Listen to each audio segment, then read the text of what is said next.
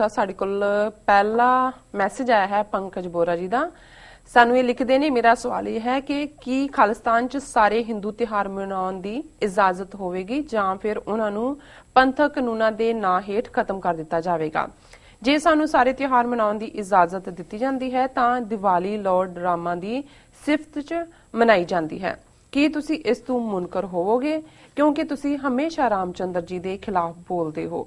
ਮੈਂ ਸੂਰਜ ਨਮਸਕਾਰ 'ਚ ਯਕੀਨ ਰੱਖਦਾ ਹਾਂ, ਪਰ ਤੁਸੀਂ ਕਹਿੰਦੇ ਹੋ ਕਿ ਗੁਰੂ ਨਾਨਕ ਸਾਹਿਬ ਜੀ ਨੇ ਹਰਿਦੁਆਰ ਜਾ ਕੇ ਸਬਕ ਪੜਾਇਆ ਸੀ ਕਿ ਸੂਰਜ ਨੂੰ ਪਾਣੀ ਨਹੀਂ ਦੇਣਾ। ਇਹ ਤੁਹਾਡਾ ਯਕੀਨ ਹੈ, ਪਰ ਕੀ ਆਪਣੇ ਧਰਮ ਦਾ ਪਾਲਣ ਕਰਦੇ ਹੋਏ ਤੁਸੀਂ ਸਾਨੂੰ ਇਹ ਕਰਨ ਦੀ ਇਜਾਜ਼ਤ ਦਿਓਗੇ?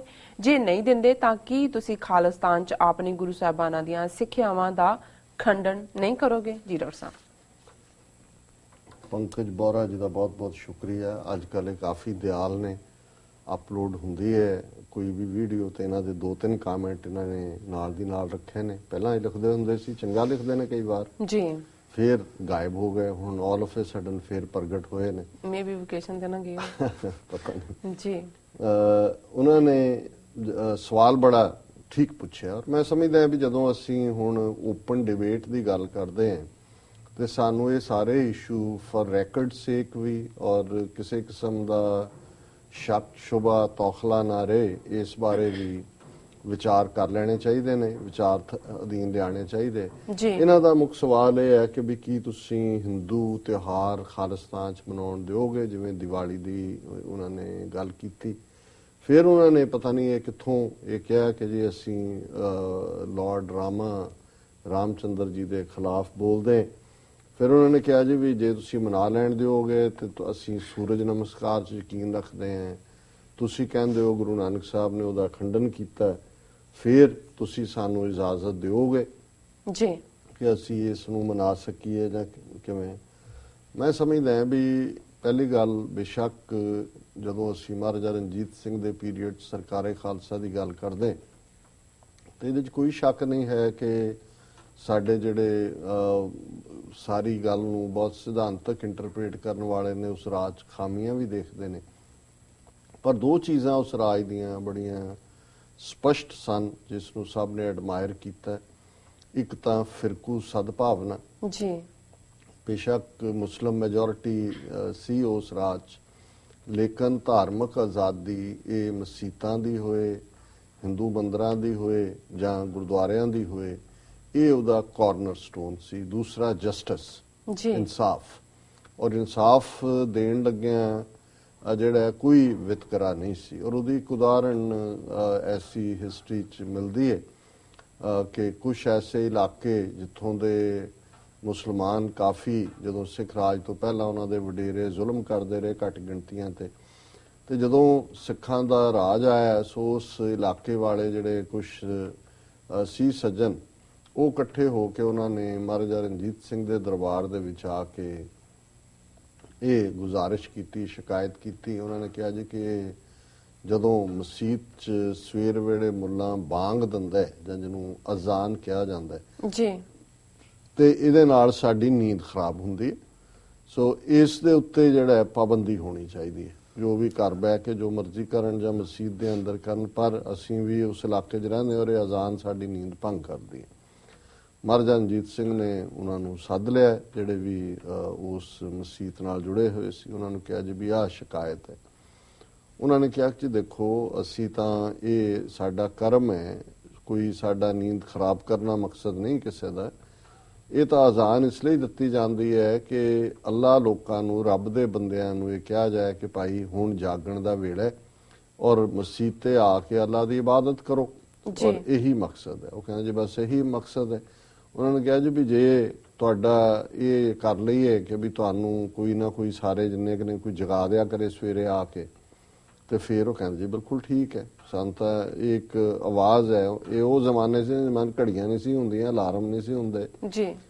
ਤੇ ਮਹਾਰਾਜਾ ਰਣਜੀਤ ਸਿੰਘ ਨੇ ਉਹਨਾਂ ਨੂੰ ਪੁੱਛ ਕਿਹਾ, ਸਿੱਖਾਂ ਨੂੰ ਔਰ ਹਿੰਦੂਆਂ ਨੂੰ ਜਿਹੜਾ ਵੀ ਡੈਲੀਗੇਸ਼ਨ ਸੀ, ਉਹਨਾਂ ਨੇ ਕਿਹਾ ਜੀ ਫਿਰ ਇਵੇਂ ਕਰ ਲਓ, ਜਾਂ ਇਹਨਾਂ ਦੀ ਲਿਸਟ ਹੈ ਤੇ ਇਹਨਾਂ ਨੂੰ ਕੱਲੇ ਕੱਲੇ ਨੂੰ ਘਰ ਜਾ ਕੇ ਜਗਾ ਦੇ ਜੀ। ਉਹ ਉਹਨਾਂ ਨੇ ਕਿਹਾ ਜੀ ਸਾਨੂੰ ਵਿਚਾਰ ਕਰ ਲੈਣ ਦਿਓ। ਫਿਰ ਵਿਚਾਰ ਕਰਕੇ ਆਇਆ, ਕਹਿੰਦੇ ਜੀ ਨਹੀਂ ਇਹ ਤਾਂ ਨਵੀਂ ਮੁਸੀਬਤ ਗਲ ਪੈਣ ਵਾਲੀ ਗੱਲ ਹੈ, ਇਹਨਾਂ ਨੂੰ ਰਹਿਣ ਦਿਓ। ਸੋ ਕਹਿਣ ਦਾ ਮਤਲਬ ਇਹ ਸੀ ਕਿ ਬੇਸ਼ੱਕ ਮਹਾਰਾਜਾ ਰਣਜੀਤ ਸਿੰਘ ਨੇ ਗੱਲ ਉਹਨਾਂ ਦੀ ਮੰਨਣੀ ਨਹੀਂ ਸੀ, ਪਰ ਇੱਕ ਜਸਟਿਸ ਜਾਂ ਨਿਆਂ ਦਾ ਸੀ ਕਿ ਜੇ ਸ਼ਿਕਾਇਤ ਹੈ ਉਹਦੀ ਪੜਤਾਲ ਕਰੋ, ਦੂਸਰੀ ਪਾਰਟੀ ਨੂੰ ਵੀ ਮੌਕਾ ਦਿਓ। ਸੋ ਜੇ ਉਸ ਜ਼ਮਾਨੇ 'ਚ ਜਦੋਂ ਕਿ 100 ਸਾਲ ਸਿੱਖਾਂ ਦੀ ਮੁਗਲਾਂ ਨਾਲ, ਅਫਗਾਨਾਂ ਨਾਲ ਲਗਾਤਾਰਤਾ ਨਾਲ ਲੜਾਈ ਰਹੀ, ਭਾਵੇਂ ਜਿਹੜਾ ਉਹਨਾਂ ਦੇ ਹਾਕਮ ਸਨ, ਆਮ ਲੋਕ ਤਾਂ ਉਹਨਾਂ 'ਚ ਵੀ ਸਫ਼ਰ ਕਰਦੇ ਸੀ, ਪਰ 100 ਸਾਲ ਬਾਅਦ ਜਦੋਂ ਸਾਡੇ ਹੱਥ ਰਾਜ ਸ਼ਕਤੀ ਆਈ, ਨਾ ਮਸੀਤਾਂ ਢਾਈਆਂ ਗਈਆਂ, ਸਗੋਂ ਇਸ ਦੇ ਉਲਟ ਸ਼ਾਹੀ ਮਸੀਤ ਹੋਏ ਲਾਹੌਰ ਦੀ ਜਾਂ ਦਾਤਾਗੰਜ ਲਾਹੌਰ ਦੇ ਜਿਹੜੇ ਪੈਟਰਨ ਸੇਂਟ ਨੇ ਉਹਨਾਂ ਨੂੰ ਲਿਬਰਲ ਗ੍ਰਾਂਟਾਂ ਦਿੱਤੀਆਂ ਗਈਆਂ।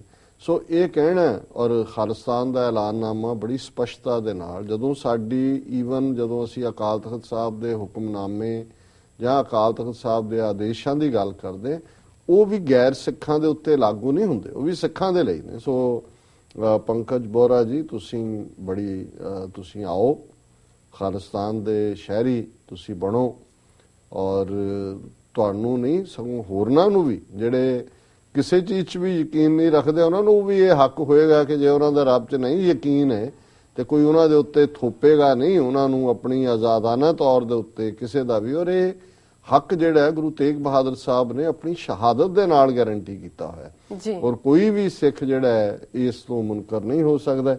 ਬਾਕੀ ਸੂਰਜ ਨਮਸਕਾਰ ਦੇਖੋ, ਇਹ ਸਿਧਾਂਤ ਹੈ, ਤੁਸੀਂ ਸੂਰਜ ਨਮਸਕਾਰ ਕਰਦੇ ਹੋ। ਬੇਸ਼ੱਕ ਗੁਰੂ ਨਾਨਕ ਸਾਹਿਬ ਨੇ ਹਰਿਦੁਆਰ ਜਾ ਕੇ ਕਿਹਾ ਸੀ ਕਿ ਭਾਈ ਤੁਹਾਡਾ ਜਿਹੜਾ ਇਹ ਪੂਰਵਜਾਂ ਨੂੰ ਜਿਹੜਾ ਦੇਣ ਵਾਲੀ ਗੱਲ ਹੈ, ਇਹਦੇ 'ਚ ਲੌਜਿਕ ਨਹੀਂ ਹੈ।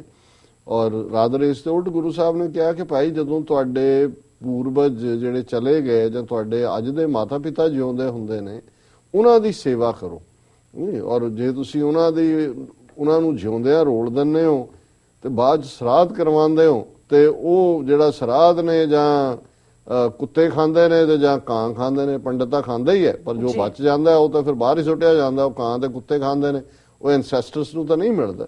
ਸੋ ਇਹਦੇ ਬਾਵਜੂਦ ਇਹ ਕਿਹੜਾ ਵੀ ਹਰਿਦੁਆਰ 'ਚ ਅੱਜ ਲੋਕ ਕੁੰਭ ਦੇ ਉੱਤੇ ਜਾ ਕੇ ਜਾਂ ਸੂਰਜ ਨਮਸਕਾਰ ਨਹੀਂ ਕਰਦੇ ਜਾਂ ਸੂਰਜ ਨੂੰ ਪਾਣੀ ਨਹੀਂ ਦਿੰਦੇ। ਇੱਕ ਵਿਚਾਰਧਾਰਾ ਹੈ ਗੁਰੂ ਨਾਨਕ ਸਾਹਿਬ ਦੀ, ਅਸੀਂ ਸਿੱਖ ਹੋਣ ਦੇ ਨਾਤੇ ਸਾਡਾ ਵਿਸ਼ਵਾਸ ਹੈ ਕਿ ਵੀ ਇਸ ਸਭ ਕਾਸੇ ਦੇ ਵਿੱਚ ਕੁਝ ਨਹੀਂ ਹੈ, ਪਰ ਸਾਨੂੰ ਤੁਹਾਡਾ ਵਿਸ਼ਵਾਸ ਜਿਹੜਾ ਹੈ ਸੂਰਜ ਨਮਸਕਾਰ ਦਾ, ਉਹ ਇਹ ਵੀ ਹੱਕ ਹੈ ਤੁਹਾਨੂੰ ਕਿ ਤੁਸੀਂ ਸੂਰਜ ਨੂੰ ਵੀ ਪਾਣੀ ਦਿਓ, ਔਰ ਹੋਰ ਵੀ ਜੋ ਤੁਹਾਡੇ ਵਿਸ਼ਵਾਸ ਨੇ ਉਹਨਾਂ ਦੇ ਉੱਤੇ ਤੁਸੀਂ ਜਿਹੜਾ ਹੈ ਉਹ ਤੁਰ ਸਕਦੇ ਹੋ।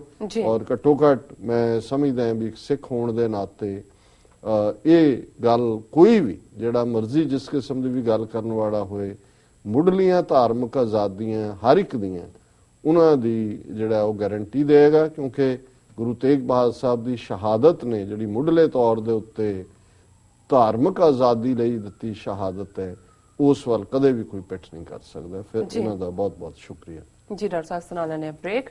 ਵਿਊਅਰਸ ਇਸ ਤਰ੍ਹਾਂ ਬਨੇ ਰਹੋ, ਮਿਲਦੇ ਹਾਂ ਆਫਟਰ ਦਿਸ ਸ਼ਾਰਟ ਬ੍ਰੇਕ।